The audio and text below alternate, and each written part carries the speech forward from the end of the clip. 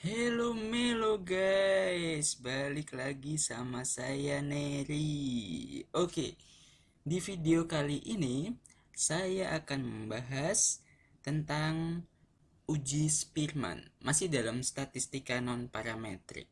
Apa itu uji Spearman? Oke, nah uji Spearman adalah uji yang digunakan untuk mengukur korelasi pada data yang bertipe skala ordinal. Oke. Nah, kalau dulu kita pernah belajar tentang analisis regresi dan korelasi itu untuk statistika parametrik. Nah, di sini di statistika non parametrik kita tidak memiliki atau tidak bisa menentukan persamaan regresi, tapi kita bisa menentukan korelasi, kira-kira seperti itu. Gunanya buat apa guys? Jadi Spearman test ini gunanya untuk mengukur korelasi antara dua buah variabel. Oke, contohnya misalnya gini, contoh kasusnya. Misalnya kalian sebagai manajer suatu televisi. Oke, nah kalian ingin mengukur apakah ada korelasi antara channel yang disukai oleh pria dan wanita. Oke, desain penelitiannya itu nanti ada laki-laki sama ada perempuan gitu. Lalu mereka dikasih lembaran survei yang berisi channel program-program yang kalian miliki. Lalu mereka disuruh memberikan peringkat mana yang paling disukai. Jadi yang paling disukai itu diberikan peringkat 1 dan yang paling tidak disukai diberikan peringkat yang terakhir. Kira-kira seperti itu. Itu desain penelitiannya. Nah, gimana cara melakukan Spearman test? Ayo, mari kita langsung saja lihat contoh kasusnya. Oke, di sini saya membahasnya secara manual, tidak menggunakan SPSS. Ya, seperti biasa, seperti video-video saya sebelumnya yang statistika non parametrik, ada ya saya tulis di ini Microsoft Word gitu sebagai tempat saya mencurahkan isi hati saya. Kira-kira seperti itu. Tanpa basa-basi lagi, ayo kita langsung saja lihat Spearman test. Oke, rank order Spearman test. Oke, seperti yang sudah saya sampaikan sebelumnya, jadi gunanya Spearman test itu untuk mengukur derajat erat atau tidaknya hubungan, atau dalam hal ini kita bisa menyebutkan korelasi antara satu variabel dengan variabel lainnya. Nah, seperti korelasi yang sudah kita pelajari sebelumnya, nilai korelasi Spearman itu ada di antara -1 dengan 1.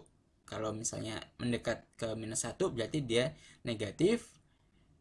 Maksudnya negatif itu berbalik arah. Kalau misalnya mendekat ke 1 dia artinya positif, artinya searah. Kalau misalnya mendekat ke 0 itu artinya tidak ada korelasi. Kira-kira seperti itu. Buat kalian yang belum nonton video saya tentang analisis regresi dan korelasi, silakan kalian klik link di bawah ini. Oke, nah selanjutnya selain menentukan korelasi, Spearman test juga berguna untuk mengukur konsistensi dari ranking yang sudah diberikan. Contohnya gini, misalnya waktu kalian ikut psikotes, pasti ada satu tahap di mana kalian itu diminta untuk menentukan mana yang paling mendekati diri kalian, ya enggak? Nah, di situ ada banyak pertanyaan.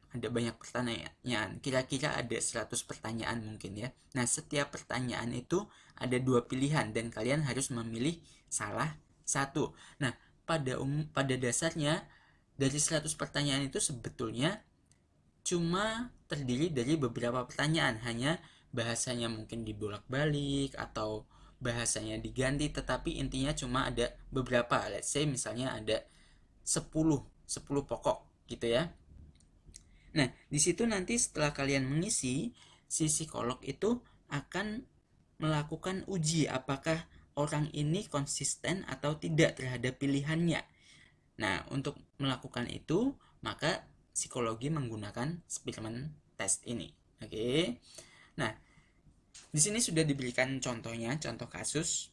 Oke, seperti di pengantar tadi, kasusnya itu adalah seorang manajer ingin melakukan survei tentang program televisi yang telah ia adakan. Nah, di sini ada orang A sama orang B. Jadi di sini cuma ada 2 orang yang dilakukan survei. Nah, orang A diminta untuk memberikan peringkat mana program yang paling ia sukai dan yang paling ia tidak sukai. Nah, di sini kita lihat bahwa channel 1 itu si A memberikan peringkat 1, artinya dia paling suka channel 1. Channel 4 itu diberikan peringkat 2, artinya ya channel 4 itu urutan kedua yang disukai gitu lah ya. Nah, dan seterusnya. Si orang B juga seperti itu, diminta untuk memberikan peringkat. Nah, kita akan menguji apakah terdapat korelasi atau hubungan antara perankingan channel TV yang dilakukan oleh A dan B dengan tingkat kepercayaan 95%. Oke, seperti uji hipotesis yang lainnya, kita akan menentukan hipotesis awalnya terlebih dahulu. Nah, di sini langkah hipotesisnya, nah, H0-nya itu cuma ada 1, yaitu rho S sama dengan 0, atau artinya tidak ada hubungan antara peringkat variabel yang satu dengan peringkat variabel yang lain. Nah, HA-nya di sini ada 3 jenis, guys. Oke. Nah, kalian pilih salah satu tergantung mana yang akan diuji. Oke. Nah, kita lihat di kasus kita ini, kita kan mau menguji apakah terdapat korelasi atau hubungan. Oke. Nah, berarti nanti yang terpilih HA-nya adalah yang ini. Oke, yang rho S tidak sama dengan 0 karena kita hanya ingin menguji apakah terdapat korelasi atau hubungan, ya enggak? Kalau misalnya kita ingin menguji apakah terdapat korelasi yang positif, oke, berarti nanti yang dipilih yang terakhir. Ya, kira-kira seperti itu. Untuk menentukan HA-nya, kalian bisa lihat di video saya sebelumnya tentang analisis regresi dan korelasi yang ada di link di bawah ini. Nah, selanjutnya, berarti tadi kan H0-nya ini tidak ada hubungan antara, kalau kasus kita berarti antara orang A sama orang B ya. Dan HA-nya itu ada hubungan antara peringkat yang diberikan orang A sama orang B. Selanjutnya adalah tingkat signifikasi. Nah, tingkat signifikasinya di sini kita mau menguji dengan tingkat kepercayaan 95%. Artinya tingkat signifikasinya 5%. Oke. Selanjutnya daerah penolakan. Nah, di sini daerah penolakan saya menggunakan kurva. Jadi di sini ada 3 jenis kurva. Kita pilih salah satu tergantung HA-nya. Oke. Nah, di sini kan HA kita itu rho S tidak sama dengan 0. Berarti nanti daerah penolakan yang terpilih adalah yang sebelah kiri ini. Oke. Nah, di sini harusnya rho S ya. Saya lupa menggantinya. Tapi intinya yang dipilih adalah daerah penolakan yang sebelah kiri. Oke. Nah, berarti ini daerah penolakan kita. Nah, karena alfanya 5%, alfa itu total dari luas daerah yang diarsir. Ini kan yang diarsir ada 2 bagian nih. Ya kan? Karena totalnya 5%, karena terbagi jadi 2, pasti masing-masing bagian adalah 0,025. Oke. Nah, selanjutnya adalah statistik tabel. Oke. Nah, di sini ada beberapa ketentuan untuk menentukan statistik tabel. Pertama adalah jika N-nya kurang dari sama dengan 30, kita gunakan tabel T. Oke, nah kalau jika N-nya lebih dari 30, kita gunakan tabel Z. Oke, nah kasus kita tadi, di contoh kasus kita ada 9 sampel ya. 9 sampel berarti dia masih kurang dari 30. Ya enggak, berarti kita nanti akan gunakan tabel T di sini. T tabel sama dengan T dari luas daerah arsiran satu sisi, berarti satu sisi 0,025. Titik koma N-nya 9 dikurangi 2, artinya nanti T dari 0,025 titik koma 7, derajat kebebasannya 7. Nah, untuk menentukan tabel T-nya, kita lihat di tabel T. Oke, di sini saya menggunakan buku yang tabel yang ada di buku Ken Black. Oke, di sini critical value, where is that? Oke, critical value from the T distribution. Oke, dan di sini kita lihat tadi kan derajat kebebasannya 7 dan luas daerah arsirannya itu 0,025. Oke, di sini jadi nilainya adalah 2,365. Jadi nanti kita peroleh where is that? Jadi nanti kita peroleh T-nya itu T tabelnya itu 2,365. Selanjutnya kita akan menentukan statistik hitung. Oke, untuk menentukan statistik hitung, yang pertama kita lakukan adalah kita harus menentukan koefisien korelasi Spearman. Oke. Nah, untuk menentukan koefisien korelasi Spearman, rumusnya adalah seperti ini. Jadi RS, lambang untuk korelasi Spearman, sama dengan 1 dikurangi 6 dikali sigma D kuadrat dibagi N kali N kuadrat kurang 1. Nah, D itu apa? D itu selisih perankingan. Oke, nanti kita lihat gimana cara menentukannya. Oke, pertama saya copy dulu kasus kita ini ya. Kasus ini saya tulis ulang. Saya tulis ulang di sini. Nah, tapi di sini saya tambahkan 2 baris. Baris pertama itu baris D atau difference, oke, dan baris keduanya adalah D kuadrat.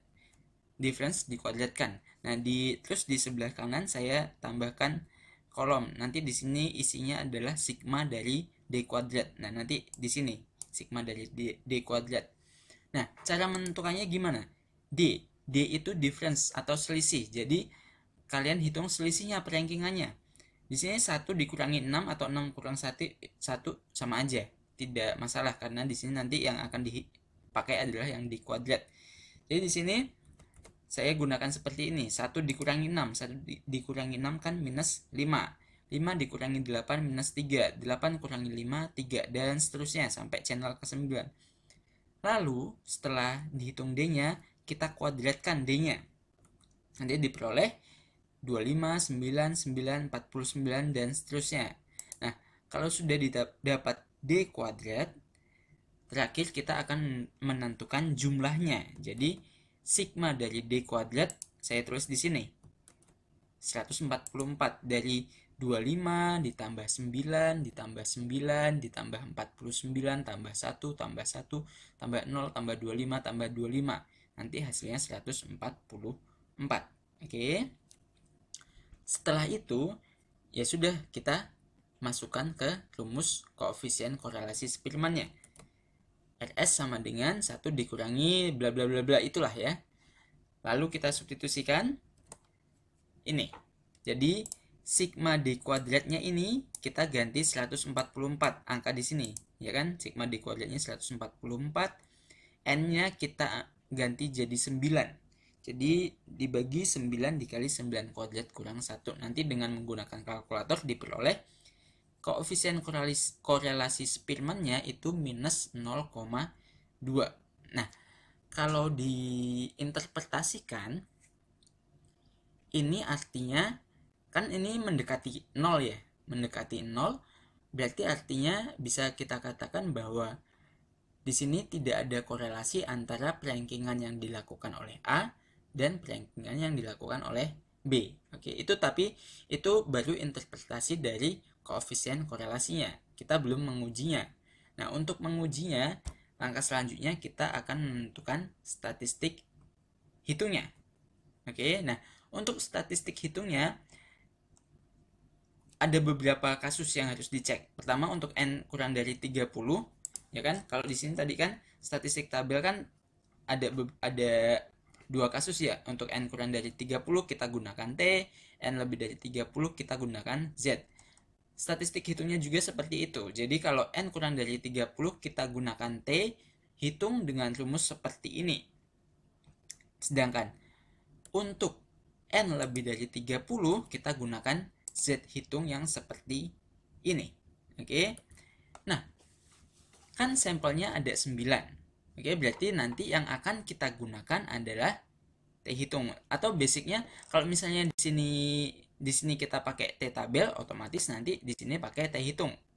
Nggak mungkin kalau di sini T tabel terus di bawahnya kita pakai Z hitung, itu nggak mungkin. Jadi kalau di atas T tabel, di bawahnya pasti T hitung. Kalau di atas Z tabel, berarti bawahnya adalah Z hitung. Kira-kira seperti itu. Oke, jadi kita langsung saja substitusikan. SS-nya minus 0,2, N-nya 9. Oke, nanti kita peroleh seperti ini.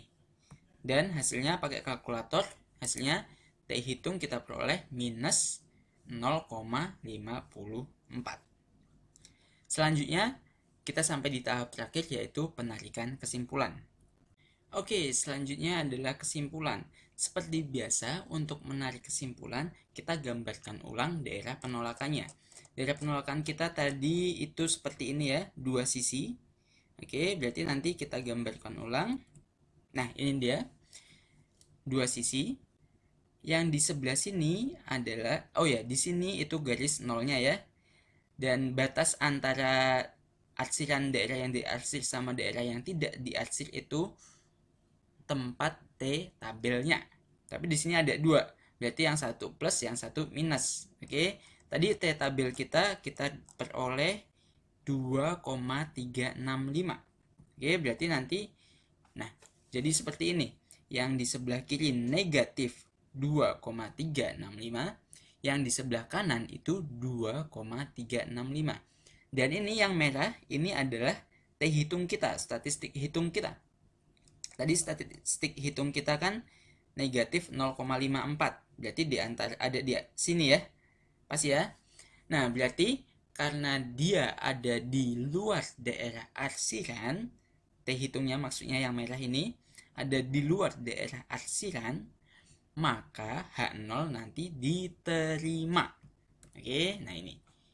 Karena T hitung berada di luar daerah arsiran, maka H0 diterima.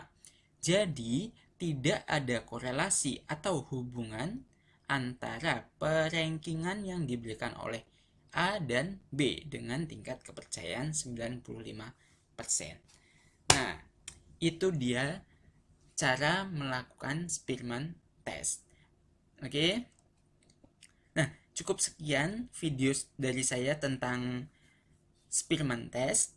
Nanti saya attach file Word-nya di kolom description. Nanti kalian lihat saja di situ, kalian boleh download. Tapi nanti saya perbaiki kalau masih ada kesalahan, saya cek dulu. Nah, terima kasih sudah menonton video saya. Semoga video ini dapat bermanfaat bagi kalian. Dan tetap di rumah, tetap jaga kesehatan, karena kita masih dalam wabah virus corona, oke? Sampai jumpa di video saya yang selanjutnya, yang akan membahas tentang topik yang menarik, yaitu tentang uji Wilcoxon. Oke? Sampai jumpa di video saya selanjutnya. Bye bye guys.